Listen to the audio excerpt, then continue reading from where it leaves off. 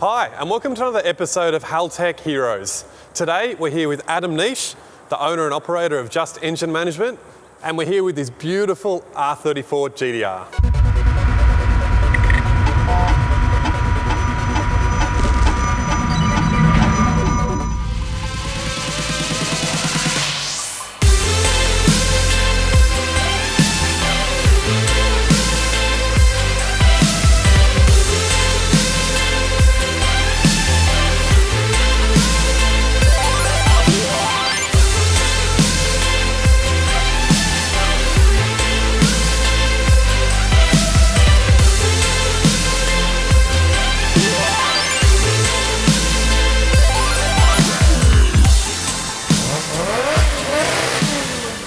So Adam, as I look around the shop, I see heaps of different styles of cars, heaps of different engines, but a lot of them I can see all Japanese style engines. So do you guys mainly focus on Japanese cars, or I suppose what's your favourite engine that you're using, I suppose, in your own car? Yeah, well, I've always had a passion for JEM model cars, ranging from old Toyotas to Nissans and late model Mitsubishis.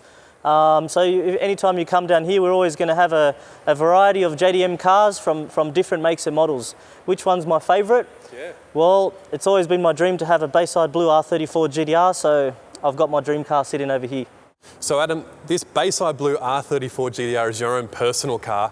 It certainly makes me jealous because this exact car with the exact colour, it's one of my dream cars for sure. Like, don't get me wrong, it's no Evo, but mate, they've got the potential to make some massive power. In factory trim, it makes about 250, 260 horsepower, somewhere around there. Comes out factory as a twin turbo RB26. So if you don't mind, what if we open the bonnet, have a bit of a look, and you can show me what you've done to sort of add your personal touch to your car? Yeah, sure. Let's have a look. Wow. Well, I suppose the first thing I noticed is this is a really, really clean engine bay. Well done. It looks beautiful. Thank you. I noticed the inlet manifold. So this side of the engine looks very, very factory. The engine looks pretty standard. Obviously, it's got a huge precision turbocharger hanging off it. Yep. So what sort of internals or how have you built the motor to be able to cop this engine? Yeah. So we started with a brand new N1 block, Right. and then we went with a 2.8 litre Tomei stroker kit.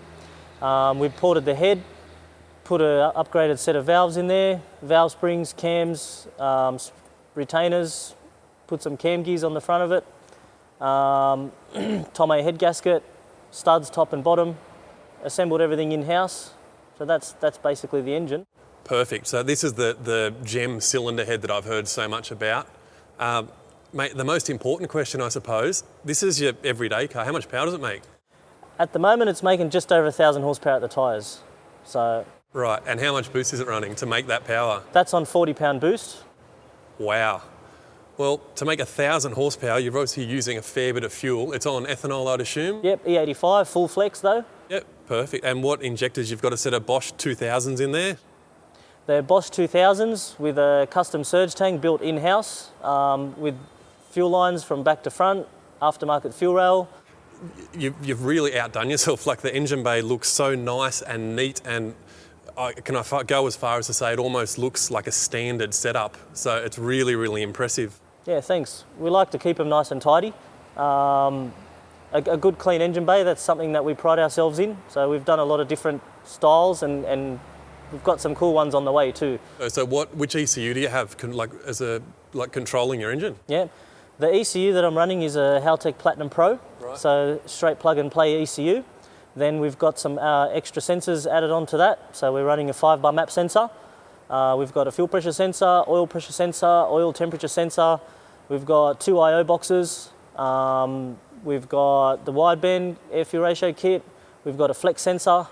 That pretty much covers the list of things required to make this thing a true street car. I did notice that you don't have a display dash in the car, so you've got the factory MFD or multi-function display from the R34. I suppose you've got all those sensors going into the ECU. Are you using them to tune against or for engine protection or anything like that?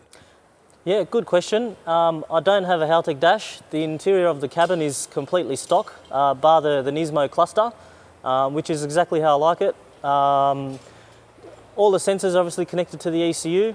I do have engine protection enabled for dropping if fuel pressure drops, if oil pressure drops, if the engine overheats, if it leans out.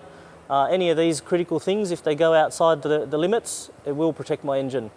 You spend that much on an engine, Scott, you spend a little bit extra on these sensors. We've had it in this car and customers' cars in the past where the engine protection has enabled and has saved the engine. We've also using the onboard data logging as well. So after each race or meet, or every now and then when I want to see how it's running, how it's going, because being my own car, I like data. I like to get the tune perfect, at least in my own car. So it's a good learning curve to be able to deliver that to the customers. So yeah, I use the onboard data logging. We're logging the sensors. We've got enough channels, enough parameters there. And yeah, the car's perfect. Brilliant. Well, look, I know that the guys were talking about it just before, that you're taking it out tonight, so to our Eastern Creek Raceway to do some quarter-mile racing. So is this the first time the car's going to see the drag strip? Well, actually, this motor was built originally for a customer. In 1 month, that car came in almost stock, and in 1 month's time it left here with this engine at over 1,000 horsepower. A few months later he decided he wanted 1,000 kilowatts at the wheels, so we then spent 3 days transferring everything from his car to this car. The next day it drove from here to Cootamundra with over 1,000 horsepower at the wheels. So that's a 350 kilometre journey. It raced at Cootamundra for 2 days. From there it drove home. Then the following Wednesday night it drove to Eastern Creek. It ran a 10.5 at 145 mile, first pass, and I got kicked out. So tonight we're going back with Mickey Thompson tyres. I have upped the boost a little bit more, so we're hoping to crack a 9. Perfect. And what sort of mile an hour do you think this thing's going to need to get into the 9s? Well, it's probably more going to come down to the takeoff because the power's there. The last time out it did 145 mile, and with a bit of extra boost and a bit more refinement this time round and some better tyres, I'm hoping it's going to do 150 mile, and if I can break a 9, I've reached my goal. Good on you. Oh, well, I'm excited. I might even try and sneak out and have a bit of a look and cheer you on. Yeah, if I had room in the car, I'd take you, but it's a full carload driving out there tonight. So Adam's just snuck away to answer the phone at the workshop here. And as you know, the test of a true street car, can I lean in the window, hit the key, and just get it started?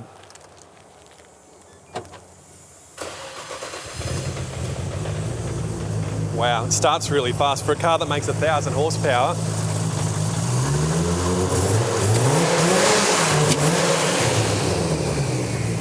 wow, so that's 1,000 horsepower everyday car.